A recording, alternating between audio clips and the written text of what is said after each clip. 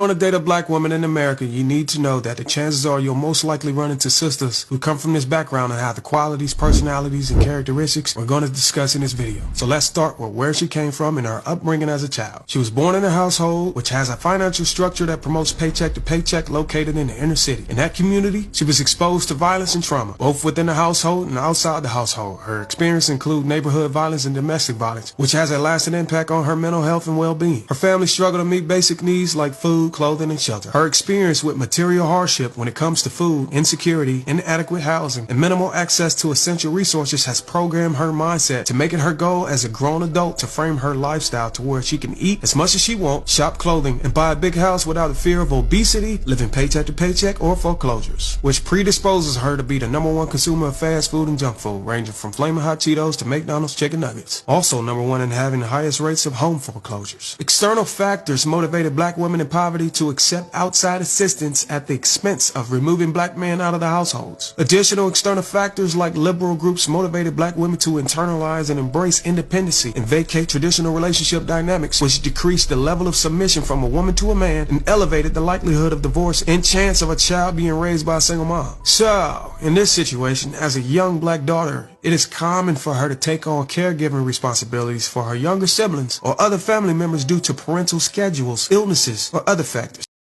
Whoa, slow down. He's speaking pretty fast here. I don't know if he wrote this stuff down, he had it pre-recorded, but, he's speaking pretty fast.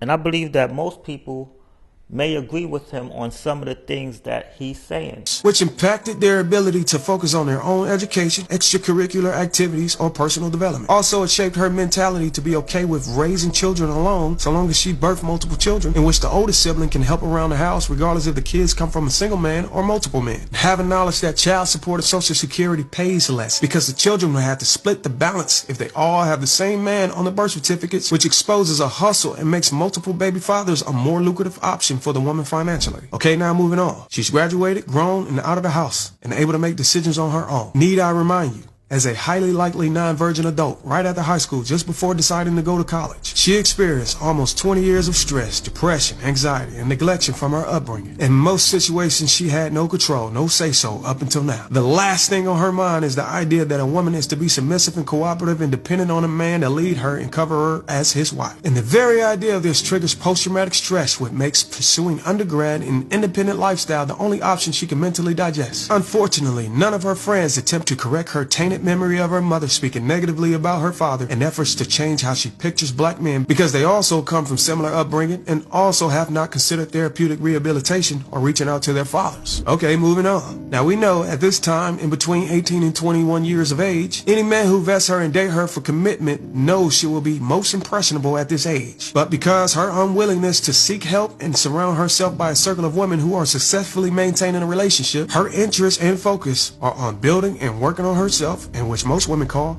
single by choice. So, anything that doesn't point toward individuality is dismissed. But that doesn't mean her need for attention, validation, and sex is dismissed, which makes social media, birth control pills, and casual sex a more attractive option. So she is for the streets by default. And the men she runs into in college will be entertained and get recreation so long as they do not try to mold her into what they want her to be. Because her goal is to graduate and pursue a career which can yield an independent lifestyle. Okay, now she's done with college and in between 22 and 30. Lucky you if you have found her childless at this point in her life. She is ready to work in the field of industry that she earned her degree in. But her mind has changed, and it's not because of a miracle or therapy. She has accrued a massive amount of student loan debt, not including any other debt accumulated outside of education. She is well educated but has a negative net worth, which can take years and years to account for. And the company that hired her highly likely has nothing to do with what she studied in college. And the money earned is not enough to save and invest and pay off debt. So committing to a man has instantly come from the last thing on her mind to her main focus. She has now dismissed individuality, but she has not dismissed the lifestyle she desires, which means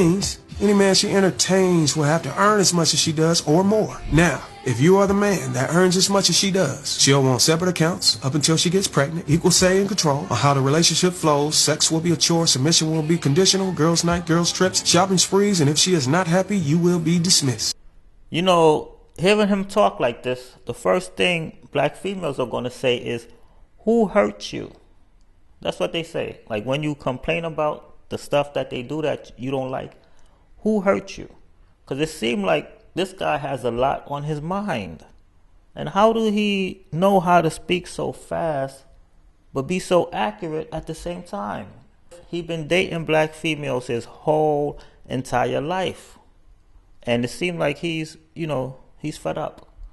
Like a lot of things is bothering him. He has a lot of stuff on his mind. Black men, they know black females like the back of their hand because they've been dealing with them for so long. So they know all the issues and the problems, dealing with black females or dating them. And that's why they want to date outside their race. If you decide not to marry her with her past and her debt, you will be dismissed. Oh, and in case I didn't mention it, if you try to mold her into a different woman, get her to accept your principles and standards, you will be dismissed. Now, if you're the man that earns more than her, she'll want a joint account and she'll likely decline premarital agreements. You'll have final say on how the relationship flows as long as she has access to your credit cards. Sex won't be a chore as long as you plan to help her out of debt. Submission will be unquestionable as long as you already earn or plan to earn enough to become the sole provider. She'll nurture your children and maintain a household. Oh, I almost forgot. If you don't make her happy, she will dismiss you. Now, your question may be, why can't she just cooperate? Or why is she incompatible?